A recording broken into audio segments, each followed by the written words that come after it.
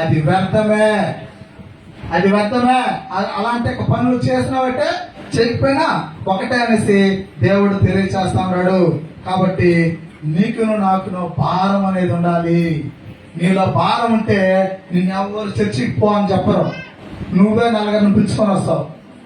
నీలో భారం ఉంటే అందరికి సహాయపడతావు, దేవుని ప్రేమను చూపిస్తావు. నీలో భారం ఉంటే నీలో కన్నీటి ప్రార్థన ఉంటుంది. నీలో భారం ఉంటే ఒకరి పట్ల ఒకరు వచ్చి కష్టాలు వినగలిగిన మనస్సు అనేది వస్తుంది. ఆ మనస్సు అనేది ఉండాలంటే యేసు మనస్సు నీలో ఉండాలి, యేసు దేవుడు నీలో ఉండాలి, రక్షకుడు మనలో ఉండాలి. అందుకే తెలియజేస్తున్నాడు.